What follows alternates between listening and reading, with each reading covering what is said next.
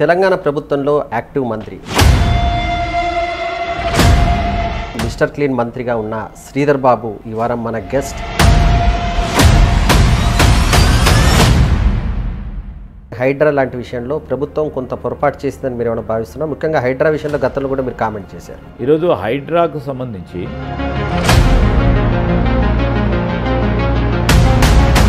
IT మినిస్టర్గా మిమ్మల్ని ఎప్పుడు కేటీఆర్తో కంపేర్ చేస్తుంటారు, ఎట్లా చూస్తారు దాన్ని? కంపారిజన్ అనేది సరికాదండి. శ్రీధర్ బాబు గారు బాగా బాధపడిన రోజు ఏంటండి? మా నాన్నగారు మొత్తం నాతో పాటు మా కుటుంబానికి ఒక విషాద. మీ ప్రభుత్వంపై మీరే ప్రోగ్రెస్ రిపోర్ట్ ఇవ్వాలంటే ఎన్ని మార్కులు ఇస్తారు? నేను ప్రస్తుతం అవుట్ ఆఫ్ 10. శ్రీధర్ బాబు గారు 1.5 year జర్నీ ఎలా ఉంది ప్రభుత్వంలోకి వచ్చినాక? ప్రభుత్వంలోకి రావటం అనేది గొప్ప అదృష్టం. ఎందుకంటే 10 సంవత్సరాలు పూర్తి స్థాయిలో పార్టీ పరంగా పనిచేస్తూ పార్టీని నమ్ముకొని ప్రజాక్షేత్రంలో ఉండి అనేక సందర్భాల్లో ఇబ్బంది పడ్డా ఇవాళ కాకుండా రేపు ప్రభుత్వంలోకి వస్తాం, మంచి పనులు చేయొచ్చు. ఏ లక్ష్యంతోనైతే తెలంగాణ మా కాంగ్రెస్ పార్టీ ప్రభుత్వం ఆనాడు ఇచ్చిందో దానికి అనుగుణంగా పనిచేసే అవకాశం వస్తుంది. విధానపరమైన నిర్ణయాల్లో తప్పకుండా మా వంతు పాత్ర వహించవచ్చని ఆ ఆశాభావంతో పనిచేసినాం. ఆ భగవంతుడి దయ వల్ల వచ్చాం. చాలా సంతోషంగా ఉంది, సంతృప్తికరంగా ఉంది. విజయవంతంగా మేము అనుకున్న సంక్షేమ కార్యక్రమాలు, ప్రభుత్వ పథకాలను కూడా ముందుకు తీసుకెళ్లే కార్యక్రమంలో నిమగ్నమే ఉన్నాం ప్రస్తుతం. మీ ప్రభుత్వంపై మీరే ప్రోగ్రెస్ రిపోర్ట్ ఇవ్వాలంటే ఎన్ని మార్కులు ఇస్తారు? నేను ప్రస్తుతం 6 మార్కులు వేసుకుంటాను అవుట్ ఆఫ్ 10. ఎక్కడ ల్యాబ్స్ ఉన్నాయని అనుకుంటారా? చాలా ల్యాబ్సెస్ ఉంటాయి సిస్టంలో. నేను ఒక్కరినే పనిచేస్తే కాదు, నాతో పాటు యంత్రాంగం పనిచేయాలా. యంత్రాంగంతో పాటు కింద స్థాయిలో రిసీవ్ చేసుకోవడానికి కూడా సరి అయిన వాతావరణం కల్పించే బాధ్యత ఇంకా ఉంది. ఆ క్రమంలో చేస్తూ ఉన్న ప్రయత్నం, చేస్తూ ఉన్న కార్యక్రమం నాకు కూడా అనేక లోటుపాట్లు ఉండొచ్చు. తెలంగాణ రాష్ట్రం వచ్చిన తర్వాత మొట్టమొదటిసారి అవకాశం వచ్చింది. అస్తవ్యస్తం అయింది. ఇన్స్టిట్యూషనల్స్ అంటే ఈ ప్రభుత్వ యంత్రాంగానికి సంబంధించి ఏ విధంగా పనిచేయాలా, ప్రజాస్వామికమైన బద్ధంలో పనిచేయాలనే ఆలోచన, యోచన, వ్యవస్థలో మార్పు వచ్చింది. మళ్ళా తిరిగి గాడిలో పెట్టే ప్రయత్నంలో ముందుకు సాగుతున్న తరుణంలో అవి అలవాటు పడాలి మా స్టైల్ ఆఫ్ ఫంక్షన్కి. సో ఇట్ టేక్స్ టైం, కొద్దిగా సమయం పడుతుంది. డెఫినెట్లీ 10కి 10 ఎవరికి కూడా రాదు, కానీ మేము ప్రయత్నం చేస్తూనే ఉంటాం. ప్రజలు మంచి మ్యాండేట్ ఇచ్చినా కానీ ఎక్కడో 1.5 yearలో అలా పెరిగిన గ్రాఫ్ అలా తగ్గుతుందనే భావన ఉంది. నేను అనుకోవటం లేదండి. ఎందుకంటే ప్రజలకు సంబంధించి ఏమంటారు, పని చేసేవారిని ఎక్కువ అడుగుతూ ఉంటారు. వారికి ఎక్కువ ఆశ ఉంటుంది. వీరు పని చేస్తారు కనుక వీరు ఇంకా పని చేస్తే, ఇంకా తలుచుకుంటే ఇది కూడా చేయలేస్తారు కదా, ఎందుకు చేస్తలేరు, దాన్ని ఆ ప్రతిపక్షాలు అదనంగా తీసుకొని ముందుకెళ్ళే ప్రయత్నం చేస్తున్నారు. సరే, గత ప్రభుత్వం ఏం పని చేయకుండా ఇది పని చేయదు కదా, ఇక పని చేయదు అని ఆ నిరాశ నిస్పృహతో నడిచిపోయింది వారికి సమయం. కానీ మేము పని చేసే ప్రభుత్వం కనుక ఈ 2 పనులు చేసిండ్రు, 3వ పని కూడా చేస్తే బాగుంటుంది. ఆ విధమైన వారికి ఒక హోప్ ఉంది. ఆ హోప్లో భాగంగా ఏమవుతుంది, కొద్దిగా అప్పుడప్పుడు నిరుత్సాహం కనబడుతుంది.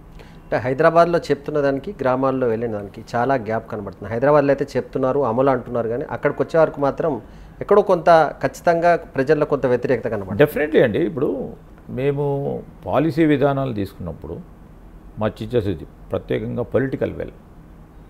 పొలిటికల్ వెల్లో ఎక్కడా లోపం లేదు. నేను ఖచ్చితంగా చెప్తా ఉన్నాను, ఈ 14 నెలలు పూర్తి స్థాయిలో మా ముఖ్యమంత్రి గారు కానీ, డిప్యూటీ సీఎం గారు కానీ, మా సహచార మంత్రివర్గ సోదరులు కూడా ప్రభుత్వంలో రావడానికి అవకాశం వచ్చింది.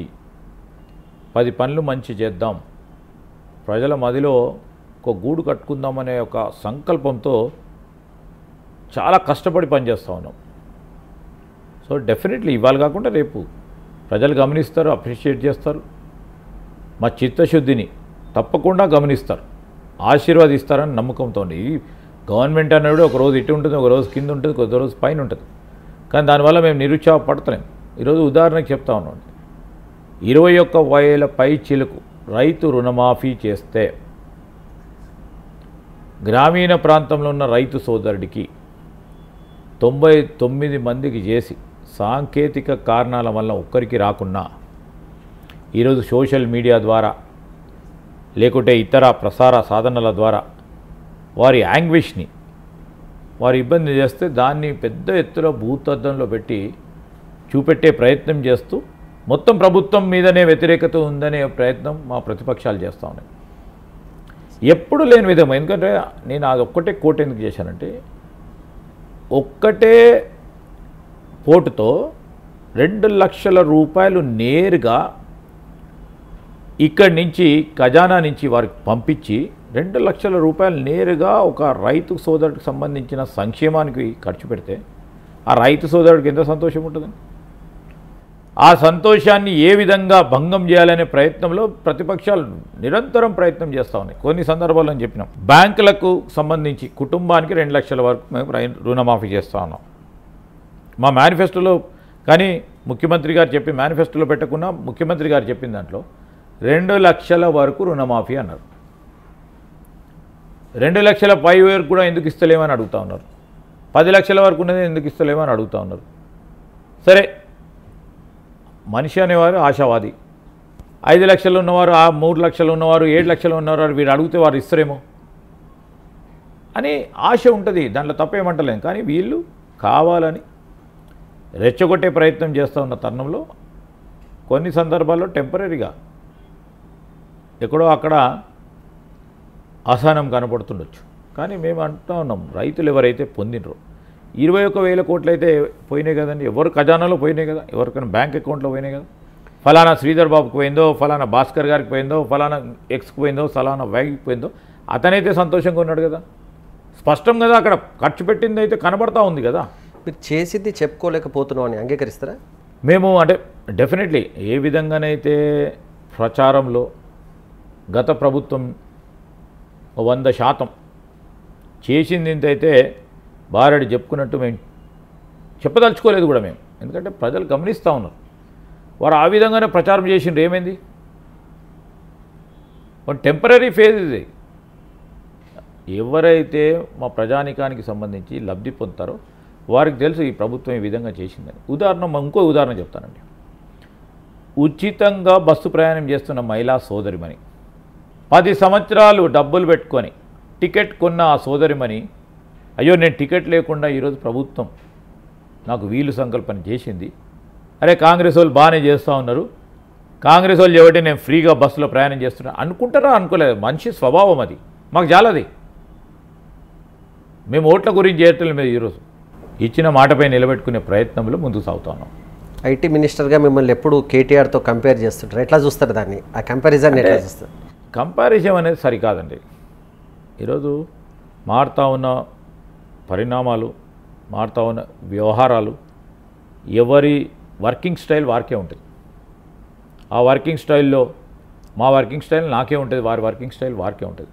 కంపారిజన్ ఈజ్ నేను అనుకుంటున్నా సరికాదంటాను. ఈరోజు పర్ఫార్మెన్స్ బేస్డ్ కంపారిజన్ ఉంటే మేము తప్పకుండా మీరే చెప్తారు రేపు పొద్దున 4-5 సంవత్సరాల తర్వాత ఈ పర్ఫార్మెన్స్ బేస్డ్ దాని పేరంగా చెప్పి ప్రజలు కూడా చూస్తూ ఉంటారు. కంపారిజన్ చేసే వాళ్ళు చేస్తూనే ఉంటారు కదా. ఫలానా మంత్రిత్వ శాఖ అప్పుడు చేసినప్పుడు ఎవరో మంత్రిత్వ శాఖ ప్రధానమంత్రి, ముఖ్యమంత్రి అవన్నీ చేస్తూనే ఉంటారు. దానివల్ల I don't want to said అవే, అంటే దాన్ని నా మీద ప్రభావితం చేసుకొని నా స్టైల్ నాది, నేను చేయాల్సిన పని చేస్తా, నాకు తీసుకురావాల్సిన సాఫ్ట్వేర్ కంపెనీని తీసుకొస్తా, ఈ సాఫ్ట్వేర్ పరంగా జరిగే ఎక్స్పోర్ట్స్ కానీ ఇక్కడ సాఫ్ట్వేర్ వలన ప్రభావితం చేసి ఉపాధి కల్పించే కార్యాచరణ చాలా సీరియస్గా తీసుకొని ముందుకెళ్తాం. ఈ ఐటీ శాఖ మంత్రిగా ఉన్నారంటే మీరు ఒక క్వశ్చన్, రెగ్యులర్గా దావోస్కి వెళ్ళినప్పుడు కానీ, సింగపూర్కి వెళ్ళినప్పుడు, ఇప్పుడు రేపు జపాన్కి వెళ్ళినా కానీ, ఎక్కడికైనా ఒప్పందాలు జరుగుతున్నాయి కానీ అవి గ్రౌండ్ కావడంలో కొంత ప్రాబ్లం ఉందని, ఇది వాస్తవమా కాదా? కాదండి, అస్సలు కాదు. ఈరోజు చాలా నమ్మకంతో పెట్టుబడిదారులు వస్తూ ఉన్నాం. ఒకటి, దాదాపు 91 సంవత్సరం నుంచి ఒక వాతావరణాన్ని సృష్టించడానికి ఆ రోజు కాంగ్రెస్ పార్టీ ప్రభుత్వం పివి నరసింహారావు గారి హయాంలో దేశవ్యాప్తంగా వచ్చిన ఆర్థిక సంస్కరణల వల్ల మన రాష్ట్రం కూడా ముందంజలో ఉండాలని అప్పుడున్న ముఖ్యమంత్రులు ఎవరున్నా కానీ ముందుకు తీసుకెళ్ళారు. తర్వాత ఇంకో పార్టీ వచ్చింది, తర్వాత మేము వచ్చాం 10 సంవత్సరాలు ఇంకా యాక్టివ్గా అన్నాడు రాజశేఖర రెడ్డి గారి నాయకత్వంలో పెద్ద ఎత్తున ముందుకు తీసుకెళ్ళాం. రోషే గారు వచ్చారు, దాని తర్వాత కిరణ్ కుమార్ రెడ్డి గారు వచ్చారు. ఆ కంటిన్యూస్ స్పెక్ట్రమ్ని ముందుకు తీసుకెళ్ళాం. తెలంగాణ రాష్ట్రం ఏర్పడ్డది. తెలంగాణ రాష్ట్రం వచ్చిన తర్వాత కూడా దాన్ని ఆప్ చేయలేరు, పాజిటివ్ పాలసీని ఆప్ చేయలేరు, వారు కూడా ముందుకు తీసుకెళ్ళారు. అందుకోసమే మేము ముఖ్యమంత్రి గారు కానీ మేము అనేక సందర్భాల్లో చెప్తూ ఉంటాం, ఏదైనా ఈ పాలసీ నిర్ణయాలు మన రాష్ట్రానికి రాష్ట్ర ప్రగతికి దోహదపడే ఉండే విధంగా గత ప్రభుత్వాలు తీసుకున్న నిర్ణయాలు ఉంటే దాన్ని ఇంకా పెద్ద ఎత్తున ముందుకు తీసుకెళ్తామని చెప్పాం. అదేవిధంగా తీసుకెళ్తున్నాం కూడా. కొత్త విధానాలు తీసుకొస్తాం, విధానపరమైన నిర్ణయాలు తీసుకుంటాం. మారుతా ఉన్న జియోపొలిటికల్, ఆర్థికంగా ఈరోజు ప్రపంచ స్థాయిలో జరుగుతున్న మార్పులకు అనుగుణంగా ఇక్కడ కూడా మేము మార్పులు తీసుకొచ్చి తెలంగాణ రాష్ట్రాన్ని మొత్తం ప్రపంచంలోనే, కేవలం మన ఇండియాలోనే కాదు, ఆ చిత్రపటంలో ఇండస్ట్రీ పరంగా, ఐటీ పరంగా ఒక ప్రోగ్రెసివ్ ఇండస్ట్రియల్ స్టేట్గా ఏ విధమైన విధానపరమైన నిర్ణయాలు తీసుకొని ముందుకు పెట్టే ప్రయత్నం చేయటం జరుగుతుంది. నిరంతర ప్రక్రియ, దానికి వెనకాడబోం, ముందుకు తీసుకెళ్తాం. తెలంగాణ అభివృద్ధిలో అవునన్నా కాదన్నా హైదరాబాద్ డెవలప్మెంట్ చాలా ఇంపార్టెంట్. కానీ హైదరాబాద్ రియల్ ఎస్టేట్ విషయంలో కానీ హైడ్రా లాంటి విషయంలో ప్రభుత్వం కొంత పొరపాటు చేసిందని మీరు ఏమైనా భావిస్తున్నారు? ముఖ్యంగా హైడ్రా విషయంలో గతంలో కూడా మీరు కామెంట్ చేశారు. ఈరోజు హైడ్రాకు సంబంధించి నేను స్పష్టంగా అనేక ప్లాట్ఫామ్స్ పైన కూడా చెప్పడం జరిగింది. పేదవారికి ఇబ్బంది పెట్టం, మధ్యతరగతి కుటుంబీకులకు కూడా ఇబ్బంది పెట్టం. ఈరోజు తెలిసి చట్టాన్ని ఉల్లంఘించి, ప్రత్యేకించి ఎవరైతే తప్పులు చేస్తూ ఉన్నారో, మన రాష్ట్రం ఒక క్లీన్ రాష్ట్రంగా, ఎవరైనా భూములు కొంటే ఇక్కడ భూములపైన లిటిగేషన్ ఉండదు. ఇది ఒక క్లీన్ వ్యవస్థ నడుస్తుంది, క్లీన్ రెవెన్యూ రికార్డ్స్ ఉన్నాయి, కబ్జాలు లేవు. ఈ విధమైన ఒక ప్రొజెక్షన్ ఇవ్వాలనే ఆలోచన తప్పు కాదు. ఇది హైడ్రాకు సంబంధించి నేను కోరుతా ఉన్నా.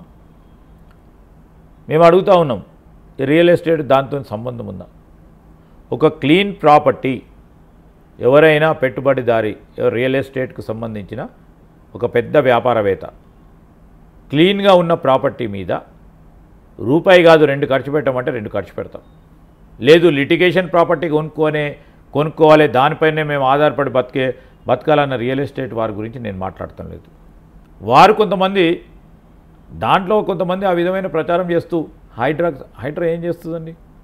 ఈరోజు మీరు హైడ్రా ఆఫీస్కి వెళ్ళి చూడండి, అధికారులు అతి ఉత్సాహం ఎక్కడైనా ప్రదర్శిస్తున్నారు. డెఫినెట్లీ నేను చెప్తా ఉన్నాను, సిస్టంలో అనేక సంవత్సరాలుగా అలవాటు పడ్డ ఉన్న అధికారులు సడన్గా చేంజ్ గారు, ఆ చేంజ్ చేసే ప్రయత్నంలో కూడా ఉన్నాం.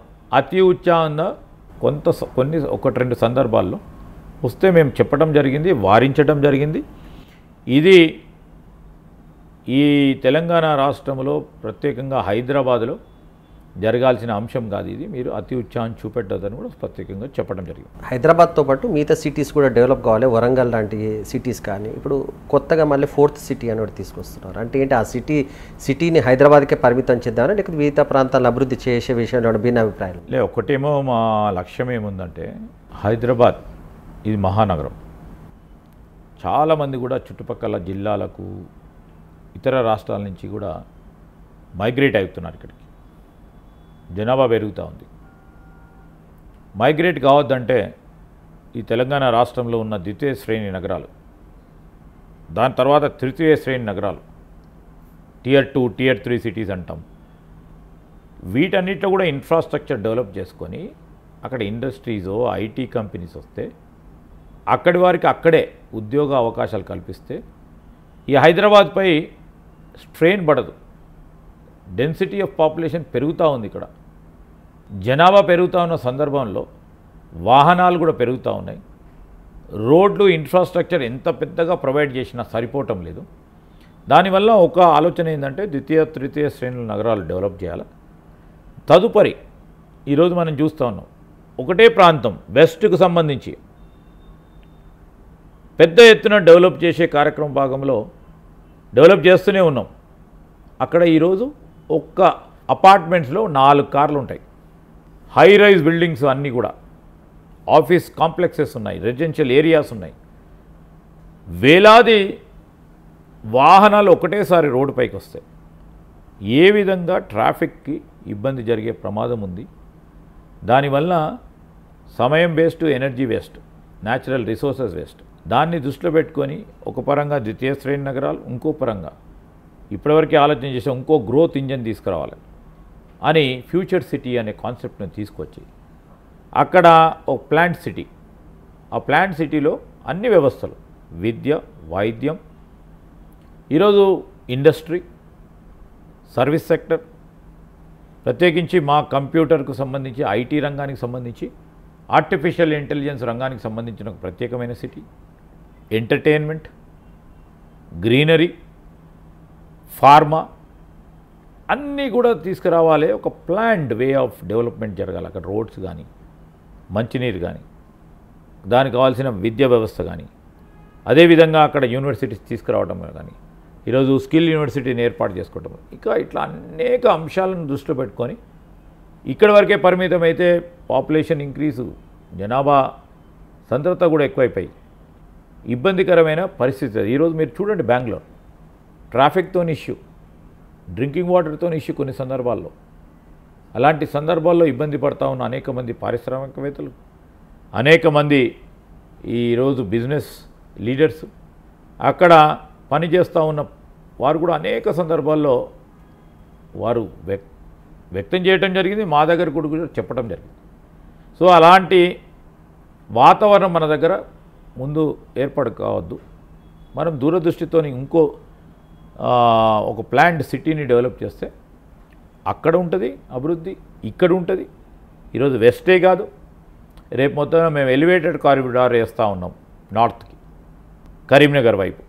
దానివల్ల అక్కడ ఉన్న మా జీనోమ్ వ్యాలీ ఏదైతే ప్రత్యేకంగా ఫార్మాకు సంబంధించిన పెద్ద పరిశ్రమలు ఉన్నాయో అక్కడ కూడా పెద్ద ఎత్తున అభివృద్ధి జరిగే అవకాశం ఉంటుంది. అదేవిధంగా ఈరోజు మెడ్చల్ వైపు చూసుకున్నా అక్కడ కూడా ఒక టౌన్, ఒక సిటీ డెవలప్ చేసే ఆస్కారం ఉంటుంది. దాని పరంగా విజయవాడ సైడ్ ఈ 4-5 దిక్కుల, ఇప్పుడు శ్రీశైలం ఏరియా వైపు ఇప్పుడు మన ఫ్యూచర్ సిటీని చూస్తూ ఉంటాయి. ఇట్లాంటివి 4-5 ప్రధానమైన కేంద్రాలుగా డెవలప్ చేస్తే డెవలప్మెంట్ కూడా డీసెంట్రలైజ్ అవుతుంది.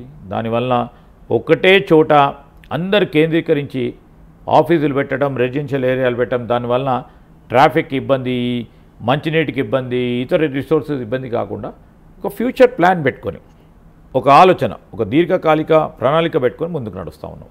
హైదరాబాద్ సెంట్రల్ యూనివర్సిటీ భూములకు సంబంధించి పొరపాటు చేసిన ఒప్పుకుంటారా మీరు? పొరపాటు ఏముందండి దాంట్లో? సుప్రీంకోర్టు కూడా కామెంట్ చేయాల్సిన పరిస్థితి వచ్చింది. సుప్రీంకోర్టు మొదటగా 2 అంశాలు ఉన్నాయండి.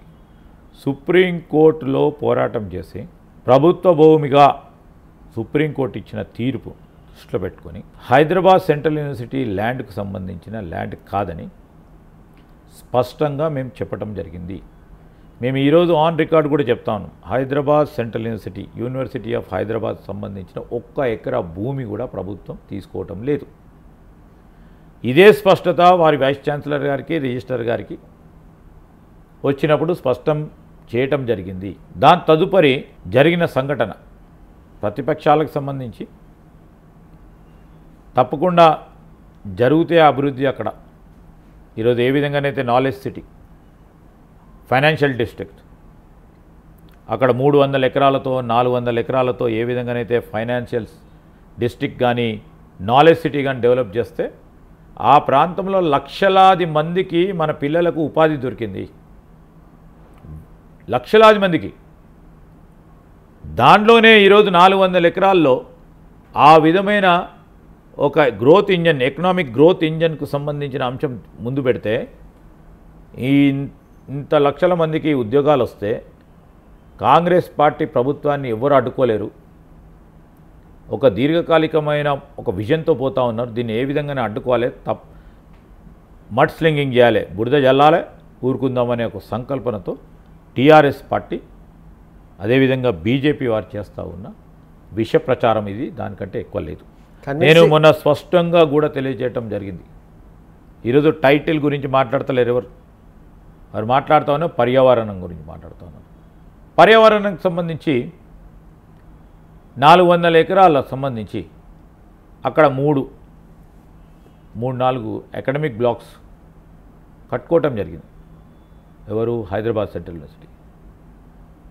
హైదరాబాద్ సెంట్రల్ యూనివర్సిటీ కనుక చదువుకు సంబంధించిన వ్యవస్థ కనుక వారు ఒక పర్మిషన్ లేకుండా, ఒక అనుమతి లేకుండా, ఏది లేకుండా కట్టుకున్నారు. సరే, దట్ ఈస్ అకాడమిక్ ఇన్స్టిట్యూషన్. అప్పుడు బిల్డింగ్ కట్టుకున్నప్పుడు అక్కడ డియర్స్ లేవండి. ఉదాహరణ, అక్కడ బిల్డింగ్ కట్టుకున్నప్పుడు బర్డ్ స్పీషీస్ లేవా? ఎక్కడైనా అన్ఇన్హాబిటెడ్ జనసంద్రోహం లేని ప్రాంతంలో పక్కన 1600-1700 ఎకరాల నుంచిలో అక్కడ కూడా చాలా వరకు జనసంద్రోహం ఉండకుంటే అక్కడ జింకలు ఉండొచ్చు. జింకలు ఇటు వస్తాయి, పక్షులు కూడా ఇటు నుంచి అటు వస్తాయి, అటు నుంచి ఇటు పోతాయి. అయితే ఏం చేసిండ్రు?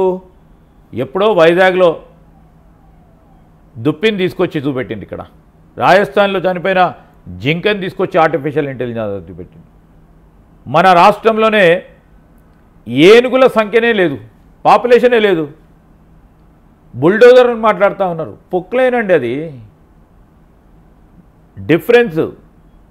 పొక్లైన్కు బుల్డోజర్ అంటే కూడా లేకుండా బుల్డోజర్ అనే ఒక విష ప్రచారం చేసే కార్యక్రమంలో కొనసాగినరు. వారికి సోషల్ మీడియా హైప్ ఏ విధంగా సోషల్ మీడియాను ఉపయోగించాలి వారిదే దిట్ట.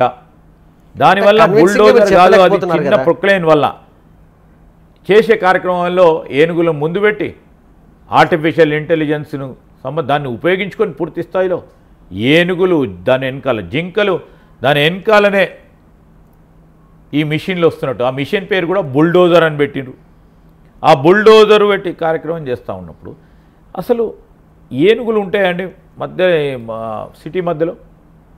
అసలు జనం కూడా ఆలోచన చేస్తారు. వాళ్ళు ఎన్ని అబద్ధాలు ఆడినా, సత్యదూరమైన మాటలు మాట్లాడినా.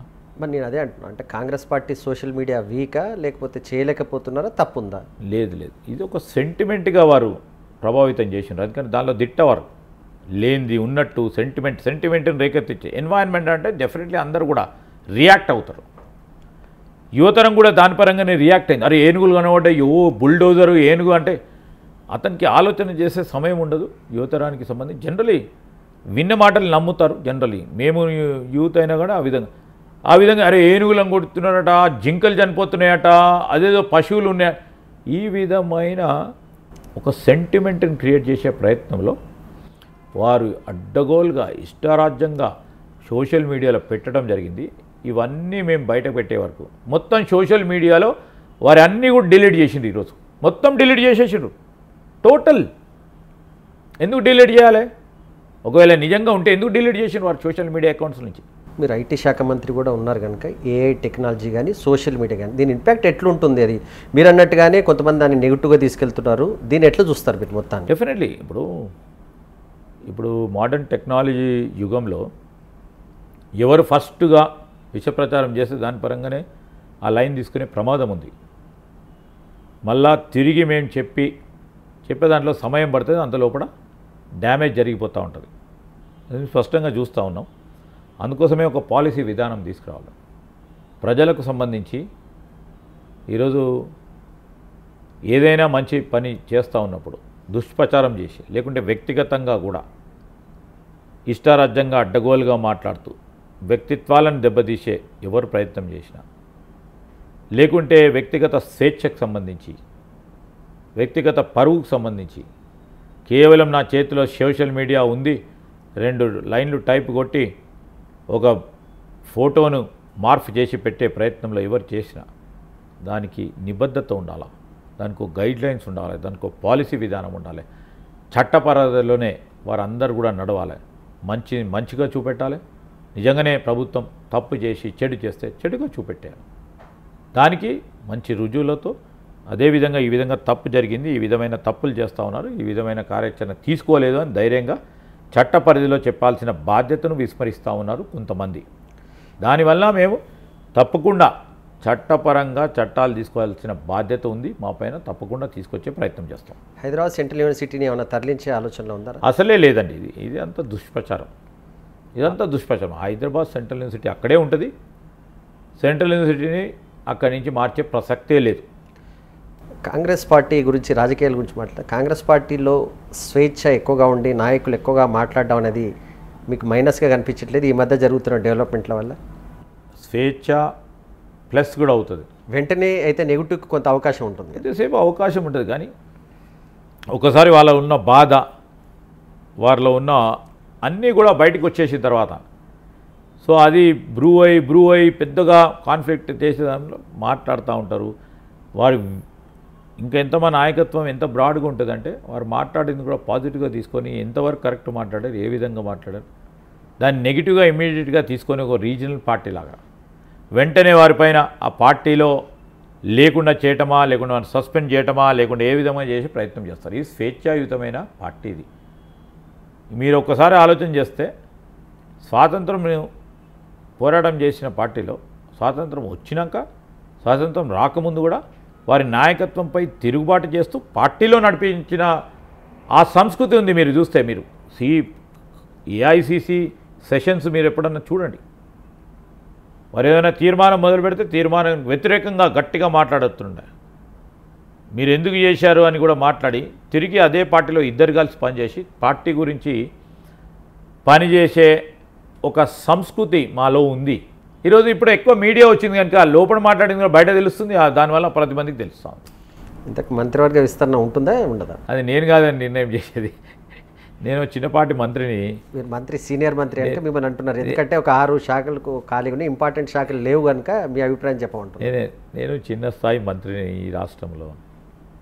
ఈ అఖిల భారత కాంగ్రెస్ పార్టీ తీసుకోవాల్సిన నిర్ణయం సమయాన్ని దృష్టిలో పెట్టుకొని ఎప్పుడు ఏది చేయాలో వారికి తెలుసు, తప్పకుండా చేస్తారు. ఎప్పుడు చేస్తారు సమయం చూసుకొని తప్పకుండా చేస్తారు. ఐటీ ఇండస్ట్రీ శాఖ హ్యాపీగా ఉన్నారా? హ్యాపీ అనేం కాదని ఏదైనా మంత్రి విధానపరమైన నిర్ణయాలు తీసుకోవడానికి ఒక అవకాశం కల్పిస్తుంది. డెఫినెట్లీ మంచి చేయడానికి ఈరోజు పరిశ్రమలు రావాలి, ఎందుకంటే మారుతూ ఉంది. ఇప్పుడు జియో పొలిటికల్ సినారియోలో మారుతూ ఉన్న వాతావరణం చూస్తే, పరిస్థితులు చూస్తూ ఉంటాయి, ఎన్నో అవకాశాలు వస్తూ ఉంటాయి. ఓ పరిశ్రమ తీసుకొస్తే 10 మందో 20 మందో 100 మంది ఉపాధి పొందుతూ ఉంటే చాలా సంతోషం అనిపిస్తుంది. దిస్ ఆల్సో ఎనీ పోర్ట్ఫోలియోలో ఏదో ఒక రకంగా 10 మందికి మేలు చేసే అవకాశం దొరుకుతుంది. I'm satisfied. నాకేమి నేను చాలా ఇది కావాలి అది కావాలి, నేను చాలా ఆప్టిమిస్ట్ని. నేను నీడ్ వరకే ఉంటాను, నేను గ్రీడ్లో పోను. నా పరిమితులు తెలుసు, నాకున్న పరిమితుల్లో పనిచేయడానికి పూర్తి స్థాయిలో పనిచేస్తూ ఉంటాను. సార్, కొద్దిగా బ్యాక్ వెళ్ళి ప్రతిపక్షంలో మీరు ఉన్నప్పుడు 2 సంఘటనలు బాగా ఇంట్రెస్టింగ్గా మీకు సంబంధించి జరిగాయి, అంటే మీరు బాగా యాక్టివ్. ఒకటి వామన్ రావు హత్యకు సంబంధించిన ఒక వ్యవహారం, రెండోది మీపైన రాష్ట్ర ప్రభుత్వం చిక్కటిపల్లి పోలీస్ స్టేషన్లో మాదక ద్రవ్యాలకు సంబంధించి ఒక కేసు పెట్టే ప్రయత్నం చేసింది. ఎట్లా చూస్తారు ఆ 2 సంఘటన? ముఖ్యంగా ఈ కేసు ఎక్కడి దాకా వచ్చిందండి వామన్ రావు హత్యకు సంబంధించిన? రాజకీయ కక్ష సాధింపులు అనేక ప్రయత్నం చేశారు, దాన్ని ఎదుర్కొంటాం న్యాయపరంగా మేము అని చెప్పి ఎక్కడ కూడా రాజీ పడకుండా. ఆనాడు కూడా రాజీ పడలేదు, అనేక సందర్భాల్లో అనేక ఒత్తిడులు పెట్టిండ్రు, అయినా రాజీ పడలేదు. చట్టాన్ని నమ్మినాం, ఇది చేసింది తప్పు అని మొత్తం కేసు క్లోజ్ చేసింది. రెండవది వామన్ రావు దంపతులకు సంబంధించి అతి క్రూరంగా అడ్వకేట్ దంపతులు పాపం ఆ అమ్మాయి అని చూడకుండా కూడా క్రూరంగా మిట్ట మధ్యాహ్నం చంపటం అనేది ఇది మానవత్వంపై నమ్మకం ఉన్న ప్రతి వ్యక్తి ఖండించాల్సిన అవసరం ఉంది. అలాంటి సందర్భాల్లో అప్పుడున్న ప్రభుత్వం, అప్పుడున్న నాయకులు, అప్పుడున్న ముఖ్యమంత్రి గారు కానీ అప్పుడు చాలా కఠినంగా తీసుకోవాల్సిన అవసరం ఉండే. రాజకీయాలను దృష్టిలో పెట్టుకొని తన వారు ఉన్నారని తప్పించే కార్యక్రమం చేసిండ్రు. వాళ్ళ తండ్రి వాళ్ళ తల్లి ఈరోజు కూడా ఘోషతో సుప్రీంకోర్టు అంత చుట్టూ తిరుగుతూ ఉన్నారు. న్యాయం పక్కా దొరుకుతుంది, అసలు సీసలైన దోషులను తప్పకుండా పట్టుకోవాలి. ఎవరు చేపట్టయితే ఈరోజు హత్య జరిగిందో బాహటంగా రోడ్డు మీద తిరుగుతూ ఉంటే ఎంత బాధ అనిపిస్తుందండి. ఈరోజు తప్పకుండా న్యాయం జరుగుతుందని మాకు నమ్మకం ఉంది వారికి. ఈరోజు మేము కూడా చెప్తా ఉన్నాం, సుప్రీంకోర్టుకు సంబంధించి వాద్యాలు జరుగుతూ ఉన్నాయి, న్యాయం జరగాలి ఆ దంపతులకు సంబంధించి.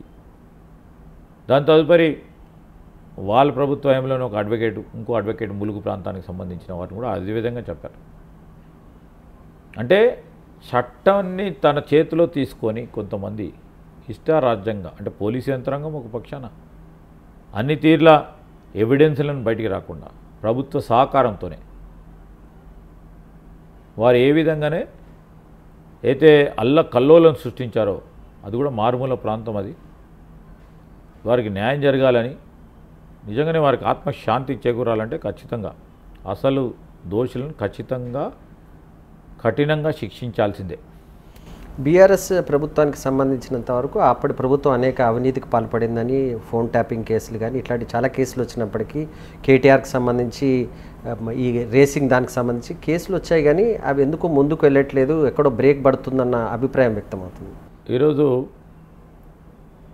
చట్టం మీద నమ్మకంతో ఒక ప్రొసీజరల్గా దానిపైన ఎంక్వైరీస్, ఆ ఎంక్వైరీలో వచ్చిన అనేక విషయాలను క్రోడీకరించి కమిషన్లు ఏర్పాటు చేసుకున్నాం. ఆ కమిషన్ ఇచ్చే నిర్ణయం ప్రకారం యాక్షన్ తీసుకోవటం జరుగుతుంది. అది మేము ఎక్కడ కూడా ఇది కాదు అది కాదు అని చెప్పే కాదు, కమిషన్, జ్యుడిషియల్ కమిషన్ నేర్పించి ఒక రిటైర్డ్ జడ్జి పరంగా 2-3 ఎంక్వైరీస్ జరుగుతూ ఉన్నాయి. వారు చెప్పిన తర్వాత ఇమీడియట్గా కూడా ఏ విధమైన యాక్షన్ తీసుకోవాలని వాళ్ళు నిర్ణయం చేస్తారో ఆ విధంగా యాక్షన్ తీసుకుంటారు. ఈ కార్ రేసింగ్ను వ్యతిరేకించారు, అవసరం లేదు, డబ్బులు వృధా చేశారన్నారు. ఇప్పుడు సడన్గా మిస్ వరల్డ్ లాంటి యాక్టివిటీ చేయడానికి సిద్ధమవుతున్నారు. ఎట్లా కంపేర్ చేస్తారు దీన్ని? ఈ కార్ రేసింగ్ వద్దనలే. ఎందుకు వద్దన్నారు? దానికి జరిగిన లావాదేవీల విషయంలో అనేక అనుమానాలు ఉన్నాయి ఆ రోజుకి. దాని తదుపరి తెలుసుకొని ఇప్పుడు ఎంక్వైరీ చేసి ముందుకు నడుస్తూ ఉన్నాం.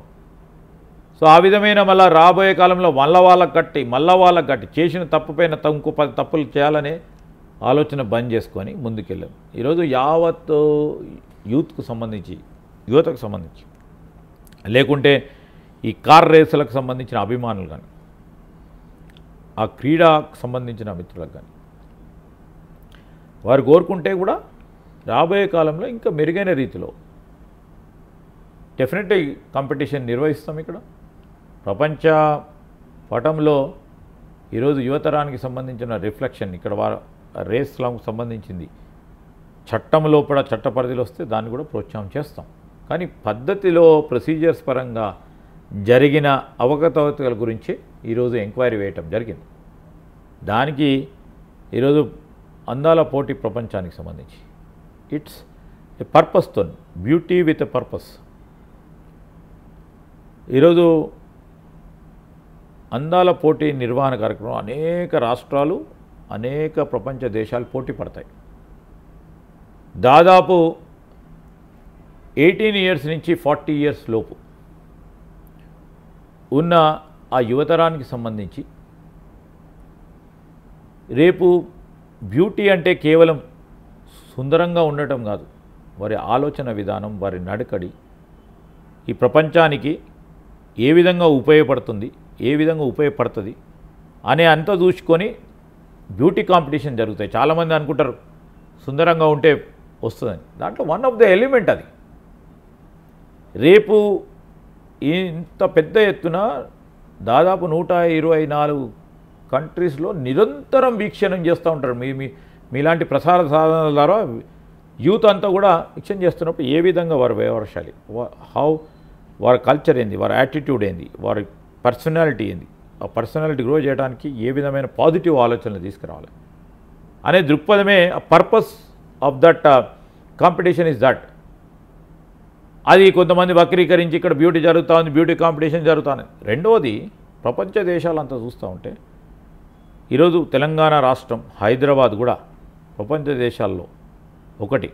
ఇక్కడ ఇండస్ట్రీ రావడానికి, కాస్మెటిక్ ఇండస్ట్రీ రావడానికి, అదేవిధంగా ఈరోజు మనకు సంబంధించి ఇక్కడ ఇతరత్ర ఇండస్ట్రీస్ రావడానికి, ఈ ప్రాంతంలో ఉన్న ఫెసిలిటీస్, ఇన్ఫ్రాస్ట్రక్చర్ కూడా ప్రపంచ దేశాల్లో తెలియజేయడానికి ప్రధానమైన ప్లాట్ఫామ్ అండి ఇది. We see in that way. ఇంకోరు ఇక దాన్ని నెగిటివ్గా చూడాలి, బురద జల్లాలంటే మాట్లాడుతూనే ఉంటారు. బాంబేలో జరిగిందండి. బాంబేలో జరిగినప్పుడు పెద్ద ఎత్తున ప్రధానమైన ప్రదర్శన. జరిగినప్పుడు ప్రపంచ దేశాల్లో కూడా వాళ్ళకు కితాబ్ ఇచ్చారు. Bombay is a great place, ఇక్కడ కాస్మోపాలిటన్ కల్చర్ ఉంది, ఒక బ్యూటిఫుల్ ఎన్వైరన్మెంట్ ఉంది, ఇక్కడ మేము కూడా వస్తే మాకు అవకాశం ఉంటుంది చదువుకోవడానికి కానీ, యూనివర్సిటీస్ పరంగా కానీ, పరిశ్రమలకు కానీ, ఉపాధి పొందడానికి కానీ ఒక ప్రధానమైన వైబ్రెంట్ ప్రాంతంగా తీర్చిదిద్దుతారు. దీంట్లో మనకు కూడా పోవాలి అనే ఒక ప్లాట్ఫామ్ ఉన్నప్పుడు మేము ఎందుకు ఉపయోగించుకోవద్దు? ఆ ఎంపికలో హైదరాబాద్ని సెలెక్ట్ చేసినప్పుడు ముందుకెళ్ళటం జరిగింది. శ్రీధర్ బాబు గారు, మీరు రాజశేఖర రెడ్డి గారితో పనిచేశారు, ఇప్పుడు రేవంత్ రెడ్డి గారితో ఎట్లా కంపేర్ చేస్తారు ఇద్దరు సీఎం? నేను ఇంతకుముందే చెప్పాను, నేను కంపారిజన్ కెనాట్ బి మేడ్. ఎవరి స్టైల్ వారికే ఉంటుంది. నేను రాజశేఖర రెడ్డి గారితో చేశాను, స్వర్గీయులైన రోషయ్య గారితో చేశాను, కిరణ్ కుమార్ రెడ్డి గారితో చేశాను, ఇప్పుడు రేవంత్ రెడ్డి గారితో కూడా చేస్తా ఉన్నాను. డిఫరెంట్ స్టైల్స్ అండి. మాకు ప్రత్యేక అభిమానం రాజశేఖర రెడ్డి గారిపై. ఎందుకంటే నేను రాజకీయంలో ఆరంగేట్రం చేసినప్పుడు వారే మా నాయకుడు. వారి ఆలోచన విధానం కానీ, వారి నడకడి కానీ, ప్రజలకు సంబంధించిన సమస్యలను ఏ విధంగా ఆలోచన చేయాలి, ఏ విధంగా దాన్ని పరిష్కారం చేయాలి, ఆనాడు మేము మొదలుపెట్టంగానే డెఫినెట్లీ ఈ బికమ్స్ మై లీడర్. అలా ఒక హ్యూమన్, బేసికలీ ఒక మానవతావాది. రాజకీయం చేస్తూ ఉంటాం కానీ మానవతావాది. దట్ అవన్నీ కూడా ఫస్ట్లో వచ్చాం కనుక అవన్నీ కూడా ఉంది. మేము పోతూ ఉంటే కొన్ని అప్పుడు అనుకున్న ఆ విలువలకు ఆ విధంగా పోతలేమో కావచ్చు, పక్క దాటినమో అనిపిస్తుంది. నేను ఎప్పుడో నేను కూడా సొంతగా ఎవాల్యుయేట్ చేసుకుంటా ఉంటాను. సో ఆ విలువలను పాటిస్తలేము, ఇదంతా కాన్ఫ్లిక్ట్ ఉంటుంది మైండ్లో ఆల్ ద టైం. కానీ రాజకీయాన్ని నిలబెట్టుకోవాలనే, రాజకీయంలోకి వచ్చాం పూర్తి స్థాయిలో, దాన్ని నిలబెట్టుకునే ప్రయత్నంలో కొన్ని అనుకున్న దారిలో నడవకుండా పక్కదారి కూడా అప్పుడప్పుడు పట్టిస్తూ ఉంటాం. అది బాధ అనిపిస్తూ ఉంటుంది. రాజశేఖర రెడ్డి గారు అట్లా మాకు దగ్గర ఒక గొప్ప నాయకుడు. నేను నిజంగా చెప్తాను, చాలా గొప్ప నాయకుడు. మరి అందరితో కూడా స్నేహపూర్వకంగా ఉంటుండే, వయస్సు నిమిత్తం లేకుండా. వారు ఒక మంచి ఆలోచన చేసినప్పుడు ప్రధానంగా మేము ఒక యువకుడుగా వచ్చి యంగ్ శాసనసభ్యుడిగా ఏదైనా ఉంటే మో మీద చెప్పేవారు, అది కాదు ఇది అని చెప్పి మాట్లాడేవారు. వారితో ఒక స్టైల్. రోషయ్య గారి దగ్గర అనేక సందర్భాల్లో ఒక డిసిప్లిన్, ఫైనాన్షియల్ డిసిప్లిన్, ఏ విధంగా ప్రజెంట్ చేయాలి, వారికి ఉన్న గొప్ప మేధావి, తెలుసుకోవాల్సిన అనేక అంశాలు ఉంటుండే. ఈ విధంగా కాదని వారు కూడా మా నాన్నగారి దగ్గర స్నేహితుడిగా ఈ విధంగా ఉండాలి, ఆ విధంగా ఉండాలి చెప్పేవారు. కిరణ్ కుమార్ రెడ్డి నా సీనియర్గా, వారితో కూడా పనిచేయటం జరిగింది. వారితో కూడా ఒక స్నేహితుడిగా మాట్లాడుతుంటే చెప్తూ ఉంటుంది. రేవంత్ రెడ్డి గారు ఒక స్నేహితుడిగా, ఈరోజు ముఖ్యమంత్రిగా మాకు సంబంధించి మమ్మల్ని నిలబడితే తప్పకుండా ప్రస్తావన చేస్తాం, తెలిసింది ప్రస్తావన చేస్తాం, మంచి చెప్తాం, చెడు చెప్తాం. ఆఖరి ముఖ్యమంత్రి అతను కూడా మాకు గొప్ప గౌరవం ఇస్తారు. కానీ వారు తీసుకున్న నిర్ణయం పట్ల తప్పకుండా అందరు పనిచేయాల్సిందే. ఒక సమిష్టిగా నిర్ణయం తీసుకునే ప్రయత్నం చేస్తూ ఉన్నారు, కోఆర్డినేటెడ్ ఎఫర్ట్ చేయాలని ప్రయత్నం చేస్తూ ఉన్నారు. దాంట్లో మేము అందరం కలిసి ముందుకెళ్తా ఉన్నాం. కొంతమంది మంత్రులే మాట్లాడుతున్నారు, కొంతమంది మంత్రులు మాట్లాడలేదు. రేవంత్ రెడ్డికి సంబంధించి ఏదైనా అలిగేషన్స్ వచ్చినా ఏంటి అదో వాదన కూడా బాగా ఉంది. అదేం లేదండి, అందరు కలిసి పనిచేస్తూ ఉన్నాం. నేను కూడా చాలా తక్కువ మాట్లాడతాను, కొంతమంది ఎక్కువ మాట్లాడుతుంటారు. సో ఇది మా ప్రవృత్తి అంటాం, ఇట్స్ మై నేచర్.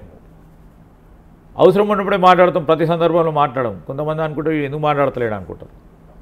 సో అవసరం ఉన్నప్పుడు కొంతమంది అంతా కూడా ఈ 11 మందికి సంబంధించి వాళ్ళకి అవసరం ఉన్నప్పుడు, లేకుంటే నిజంగానే ప్రస్తావన వచ్చినప్పుడు అందరూ కూడా సమిష్టిగా ఈ ప్రభుత్వాన్ని ముందుకు తీసుకెళ్లే కార్యక్రమాలు ఉన్నారు. ఇదంతా కూడా మీడియా సృష్టి, ఎక్కడ కూడా ఒకరు తక్కువ మాట్లాడు ఒకరు ఎక్కువ మాట్లాడు లేనేలేదు. శ్రీధర్ బాబు గారు బాగా బాధపడిన రోజు ఏంటండి? మా నాన్నగారు చనిపోయిన రోజు మొత్తం నాతో పాటు మా కుటుంబానికి ఒక విషాదమైన రోజు అది. దాన్ని ఎప్పుడు కూడా మర్చిపోలేం. బాగా ఆనందపడ్డ రోజు మా నాన్నగారు అంటే ప్రత్యేకంగా we have too much of affection మా ఫాదర్ మీద. మా ఫాదర్ గారు స్పీకర్గా అయినప్పుడు ఆయనకు కొద్ది బాధ ఉండే మంత్రి కాలేదని, కానీ స్పీకర్ అయినరు అని మాకు అందరికి కూడా సంతోషంగా ఉండేది. ఇందాక నేను అక్కడ వింటున్నాను, హోమ్ మినిస్టర్కి చెప్పకుండా శ్రీధర్ బాబు ఏం చేయరట, ఇంట్లో చెప్పకుండా ఏం చేయరంట, మేడంకి బాగా చేస్తారట, నిజమేనా? ఇప్పుడు అన్నీ చెప్పాలంటే మేము రాజకీయం మాట్లాడడం ఇంట్లో, కానీ కుటుంబ పరంగా భార్యాభర్తల మధ్యలో ఉండాల్సిన పరస్పర రెస్పెక్ట్, అదేవిధంగా మాకున్న అభిమానం, మాకున్న అంతా కూడా యాజ్ భార్యాభర్తల మధ్యలో ఉన్నది చెప్తాము. మనం ఈ treat wife in equal parity కనుక చెప్పాల్సి వస్తుంది, అంతే తప్ప ఇది చేస్తామా పర్మిషన్ అది అంతా కాదు. పిల్లలతో ఎట్లా టైం స్పెండ్ చేస్తున్నారు సార్? పిల్లలతో చాలా తక్కువ టైం స్పెండ్ చేయటం జరుగుతూ ఉంది. అదే ఇబ్బంది పడుతూ ఉంటారు పిల్లలు. ఇప్పుడే ఎదుగుతూ ఉన్నారు, వారు ఎప్పుడు కొడుతూ ఉంటారు స్కూల్కి రావాలి, కాలేజ్కి రావాలని. ఏం చేస్తున్నారు సార్ పిల్లలు? మా పిల్లలు ఇప్పుడు ఇంటర్మీడియట్ సెకండ్ ఇయర్, మా కొడుకు 10th క్లాస్ అవుతాను. ఐపీఎల్ చూస్తున్నారా? చూడాలని ఉంటుంది. నేను అదే క్రికెట్ ప్లేయర్గా ఇప్పటివరకు కూడా ఒక మ్యాచ్ చూడలే. మీకు ఇష్టమైన టీం ఏంటండి? ఆబ్వియస్లీ హైదరాబాద్. ఇష్టమైన ప్లేయర్ ఎవరు ఉన్నారా? నేను క్రికెట్ ఆడుతున్నప్పుడు మా అదరుద్దునే ఉంటుండే. ఇప్పుడు లేటెస్ట్గా ఇప్పుడు ఈ లేటెస్ట్లో నాకు అసలు విరాట్ కోహ్లీ, అంతపూర్వక సచిన్ టెండూల్కర్, సందీప్ పాటిల్ లాంటి, వెంక్ సర్కార్, వీళ్ళందరినీ కూడా చూస్తూ వస్తాను. మనం కూడా అయిపోయింది ఇప్పుడు Virat Kohli the latest this thing. దాని తర్వాత ఈ మధ్యలో మనకు సంబంధించిన వాళ్ళు మన హైదరాబాద్ క్రికెటర్స్ సంబంధించి మన ఫాస్ట్ బౌలర్ కూడా బాగా చేయాలి, బాగా వికెట్ సిరాజ్ చేయాలని ఉంటుంది మనసులో. I never met him. సినిమాలు ఏదైనా చూస్తారా ఎప్పుడన్నా? చాలా తక్కువ అండి, చాలా. లాస్ట్ ఏం సినిమా చూసారు సార్? చాలా సంవత్సరాల క్రితం చూశానండి సినిమా థియేటర్లో మా పిల్లలతో. అవునా? I don't remember it, but చాలా సంవత్సరాల క్రితం. అది కూడా యానిమేషన్ మూవీ ఏదో. ఇష్టమైన hero heroine? Amitabh Bachchan our side. ఇష్టమైన హీరోయిన్ ఎవరు సార్? అంటే నాట్ పర్టికులర్ ఎవరు లేరు, నేను వాస్తవంగా చెప్తున్నాను. Everybody Amitabh Bachchan is Idol for me. And sir లాస్ట్గా మీరు రంగారెడ్డి ఇన్ఛార్జ్ మినిస్టర్గా ఉన్నారు అనుకో. లాస్ట్ హైదరాబాద్కి సంబంధించి కొన్ని సమస్యలు స్టార్ట్ అయినాయి, వాటర్కి సంబంధించి కానీ ఇవి కానీ ఏం చెప్తారండి హైదరాబాద్ పబ్లిక్? డెఫినెట్లీ ఈరోజు వర్షాలు కొద్దిగా తక్కువ పడటం, గ్రౌండ్ వాటర్ డిప్లీట్ కావటం, ఇవన్నీ సూచికలుగా తీసుకొని జంట నగర వాసులకు, ప్రత్యేకంగా మా రంగారెడ్డి జిల్లా వాసులకు, ఇటు పట్టణ ప్రాంతంలో ఉంటున్న రంగారెడ్డి వాసులకు కానీ, గ్రామీణ ప్రాంతంలో ఉంటున్న వారికి కానీ, జిల్లా యంత్రాంగాన్ని మేము అప్రమత్తం చేసి ఒక ప్రణాళిక సిద్ధం చేసుకొని, ప్రత్యేకంగా త్రాగునీరు, ఎందుకంటే ఎండాకాలం త్రాగునీరు ఇంపార్టెంట్, ఆ త్రాగునీరుకు సంబంధించిన ప్రణాళిక సిద్ధం చేసుకొని ముందుకు వెళ్తానో, ఎవరికి ఇబ్బంది రాకుండా. ఎక్కడైనా ఇప్పటివరకు కొన్ని మున్సిపల్ ఏరియాస్లలో ట్యాంకర్స్ పెట్టి నడుపుతాను, ప్రతి సంవత్సరం నడుపుతారు. మా ప్రభుత్వం వచ్చినాక కాదు, అంతఃపూర్వకంగానే ట్యాంకర్స్ పెట్టి ఎక్కడైతే అవసరం ఉందో ట్యాంకర్స్. ఈరోజు ట్యాంకర్స్ను కూడా డబుల్ చేయమని చెప్పాం. బోర్డ్స్ ఎక్కడైనా అవసరం ఉంటే అనుమతులు తీసుకొని బోర్డ్స్ ఇమ్మీడియట్గా చేయాలని. అదేవిధంగా నీరు ఎంతుంది, కన్జంప్షన్ ప్యాటర్న్ ఆలోచన చేసి దాని విధంగా ప్రణాళికలు సిద్ధం చేసుకొని ముందుకెళ్తాం. అన్ని చర్యలు తీసుకుంటున్నాం. ఎవరికి కూడా త్రాగునీటి విషయంలో ఇబ్బంది లేకుండా చూసే కార్యాచరణ తీసుకుంటాం. Thank you sir.